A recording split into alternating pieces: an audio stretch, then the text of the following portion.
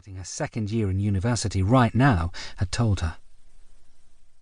Derek had decided early on that no matter what happened with Amanda, Evie had to be a part of this, had to be aware of this, if only to cope with the administration nightmare that would occur once he died.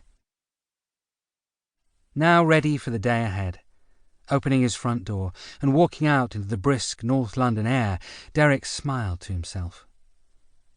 For the first time in a long while he had a purpose, a reason to do something. It might not be something that he wanted or even expected to do, but he could still do it.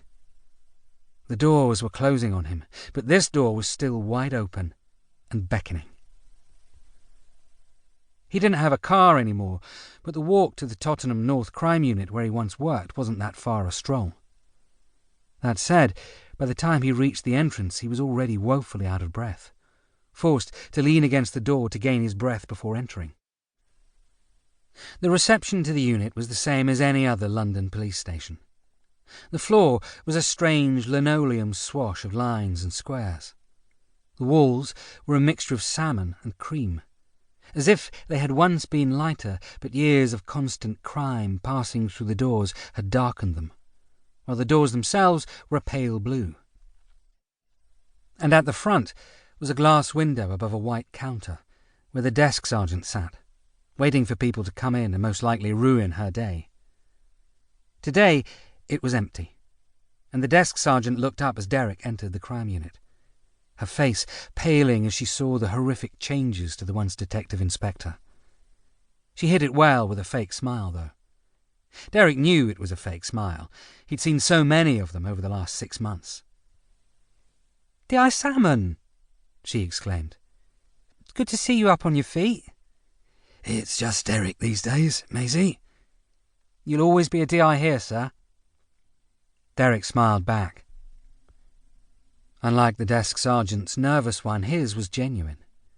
Derek genuinely appreciated the sentiment, even if he was going to destroy every piece of goodwill that he'd built up there over years in the next few minutes.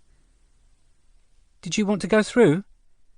the desk sergeant continued, indicating one of the pale blue doors to the side. "I can call ahead, let them know." "It's not really that sort of visit today," Derek replied.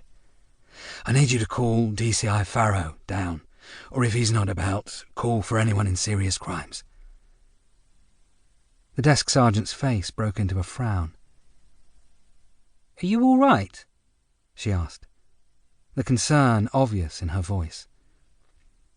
And it was the concern that finally broke ex-DI Derek Salmon's patience. "Of course I'm not bloody well all right," he snapped. Then, composing himself, he continued. "Look, Maisie, we've known each other for years and you're a lovely person, but I have terminal pancreatic cancer. I'm absolutely riddled with the bloody thing. I've been told I have weeks left to live. Every pain-ridden moment is now important to me, and I can't waste the minimal time I have left." He leaned closer to the screen now, his voice rising. "So if I say I need to speak to DCI Farrow or the Serious Crimes Unit, I suggest that rather than having a nice little chat about it, you do your bloody job and call them down here." The last part of this was shouted, and Derek felt light-headed, his legs giving way. No, God damn it.